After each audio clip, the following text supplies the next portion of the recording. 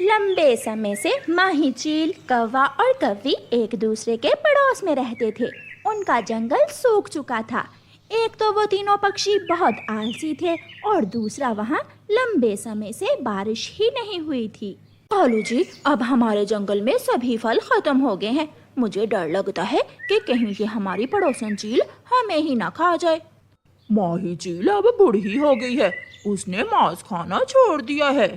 माही चील कौवे और कव्वी के पास आती है। कौवे और कव्वी, मैं पूरा जंगल घूम कर आई हूँ, मगर मुझे कहीं से भी कोई फल नहीं मिला। माही चील, हम भी कल से भूखे हैं। कौवे, तुम दूसरे जंगल जाओ और किसी पक्षी को अपनी बातों में फंसाकर मेरे पास लाओ। मैं बहुत कमजोर हो गई हूँ। जब तक मैं मांस नहीं खाऊंगी मेरे शरीर में ताकत नहीं आएगी। ऐसे कहते हुए माही चील अपने घर चली जाती है। वही हुआ ना जिसका मुझे डर था। इसे मांस खाने की आदत है, अब तो वो मांस खाकर ही रहेगी। अब हमें किसी न किसी पक्षी को धोखे से इस चील का भोजन बनाना होगा, वरना ये चील हमें मार कर खा जाएगी। चलो गोरी, हम दूसरे जंगल जाते हैं और किसी पक्षी को अपने जाल में फंसाते हैं। कौवा और कव्वी उड़ते हैं और दूसरे जंगल जाते हैं। एक पेड़ पर बैठा हुआ मिट्ठू तोता एक कच्चा अमरूद खा रहा था। कौवा और कव्वी उस तोते के पास जाते हैं। मिट्ठू तोते, ये क्या तुम कच्चा अमरूद खा रहे हो? अभी अमरूद कच्चे हैं और कोई फल मिला नहीं, सोचा अमरूद खाकर ही अपना पेट भरता हूँ। तुम हमारे साथ चलो हमारे जंगल।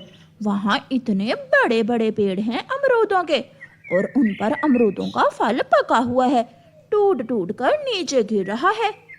2-4 दिन हमारे पास रहना, पेट भर कर अमरूद खाना और फिर वापिस आ जाना। मुझे कैसे पता चलेगा कि तुम सच बोल रहे हो? अगर नहीं विश्वास तो ना जाओ, हम किसी और पक्षी को अपने साथ ले जाते हैं। नहीं नहीं, मैंने ये कब कहा? मैं जाऊंगा, मैं तुम्हारे साथ जाऊंगा और अपना फेवरेट फल अमरूद जी भर कर खाऊंगा। तोता कौवे और कव्वी के साथ उड़ता है। रास्ते में चिड़िया उनको रोक लेती है। तोते भैया, तुम कहाँ जा रहे हो? चलो, आज हमें दाना लेने पहाड़ों की तरफ जाना है। तोता नहीं खाएगा अब दाना वाना।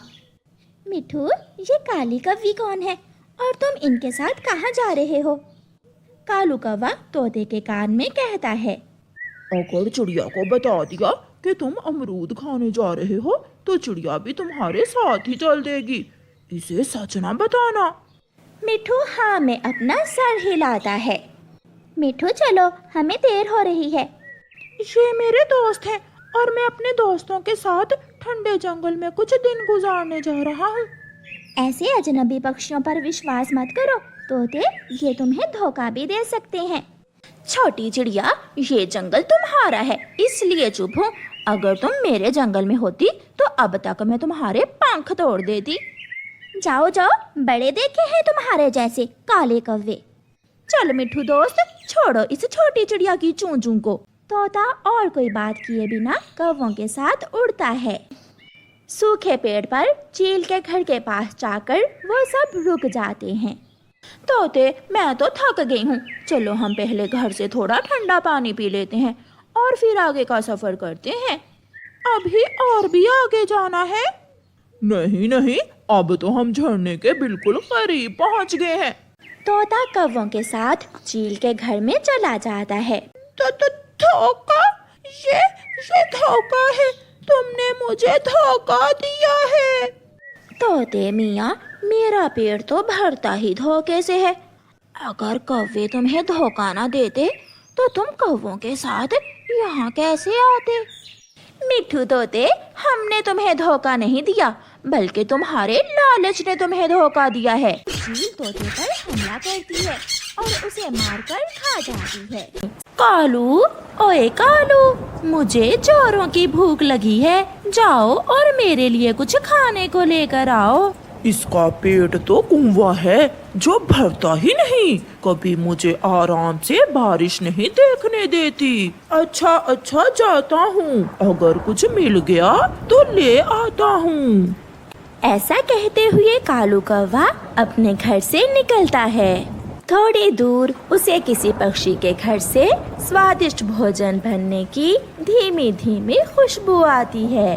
कालू कौवा खुशबू का पीछा करते करते एक घर के पास जाता है। वो खिड़की में बैठकर देखता है। वो घर रानो चिड़िया का था। रानो चिड़िया अपने बच्चों के लिए बारिश के मौसम में गरम गरम खिचड़ी बना रही थी। खिचड़ी देखकर कौवे से रहा नहीं जाता और वो चिड़िया से कहता है, चिड़िया चिड़िया, मुझे भी थोड़ी सी खिचड़ी दे दो। मम्मा मम्मा, कौवा आ गया, कौवा आ गया, वो फिर से हमारी खिचड़ी चुरा लेगा। मम्मा, इसे भगाएं यहाँ से। पिछली बार भी कालू कौवा अंकल मेरी सारी खिचड़ी छीन कर खा गए थे। चल भाग यहाँ से काले कौवे, मेरे बच्चे तुम्हारी शक्ल देखकर डर जाते हैं। ये सुनकर कालू कौवा थोड़ा शर्मिंदा तो होता है, मगर खिचड़ी की खुशबू से उसके मुंह में पानी आ रहा था। नहीं नहीं, मैं इतना भी डरावना नहीं हूँ। मैं तो आपको बताने आया था कि मेरी पत्नी आज शाम चाय पकौड़ा बनाएगी। मुझे उसी ने भेजा है कि मैं सब पक्षियों को बता आऊँ कि हमने आज सारे पक्षियों की दावत रखी है अपने घर में। चाय पकौड़े का सुनकर कुकू और गुड़िया बहुत खुश हो जाते हैं। चाय पकौड़ा मैं भी खाऊंगी, मैं भी खाऊंगी चाय पकौड़ा। मैं भी खाऊंगा। हाँ हाँ बच्चों, क्यों नहीं। चाय के साथ गरम गरम पकौड़े और साथ में पुदीने और मिर्ची की चटनी।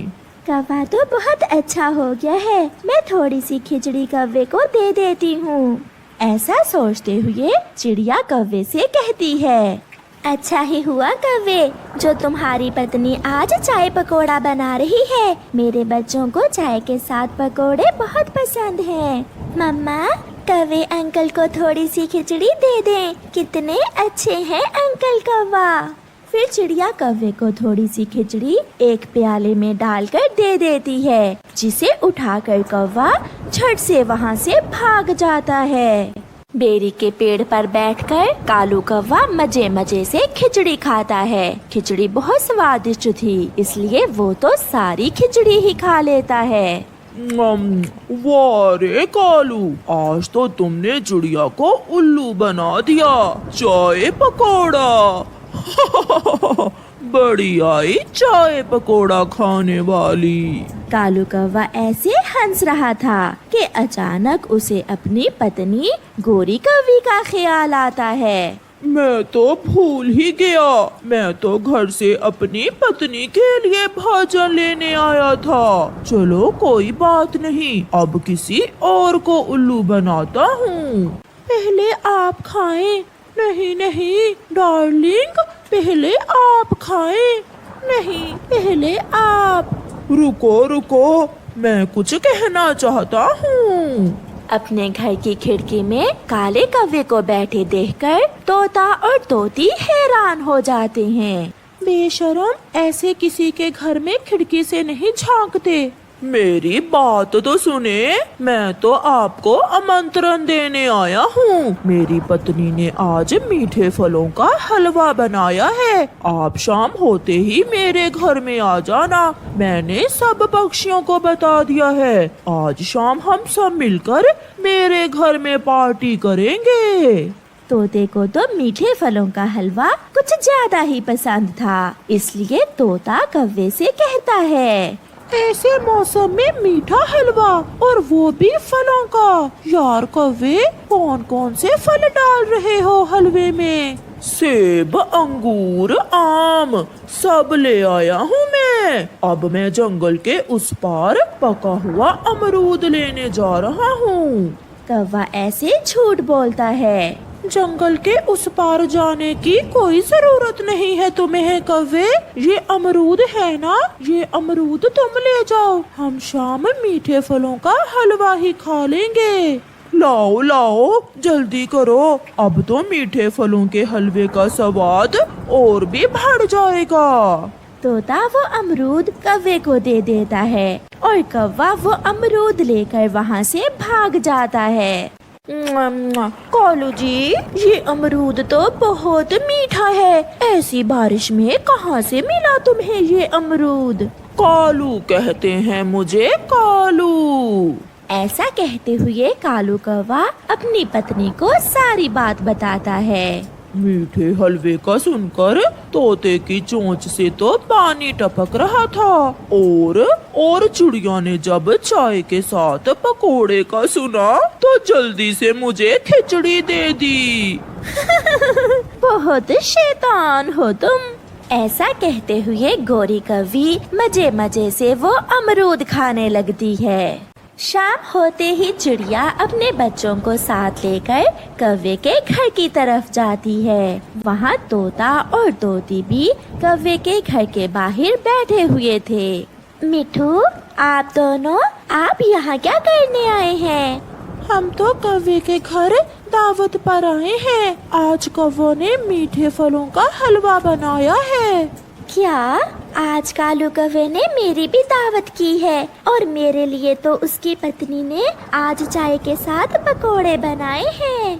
कौवा और कौवी खिड़की से सब सुन रहे थे, मगर वो जल्दी से अपने घोंसले में छुप जाते हैं। चिड़िया दस्तक देती है। तोता दरवाजे पर बार बार दस्तक देता है, मगर अंदर से कोई जवाब नहीं आता। चलो बच्चों, कौवे ने हमें फिर से उल्लू बना लिया। और हमें भी अच्छे अच्छे तोतों को उल्लू बना दिया कौवे ने। हमारा मीठा अमरूद खा गया कौवा। ऐसे चिड़िया अपने बच्चों को लेकर वहाँ से चली जाती है। प्यारे दोस्तों, इस कहानी से हमें सीख मिलती है कि हमेशा अकल से काम लें और किसी से उल्लू बनने से बचें।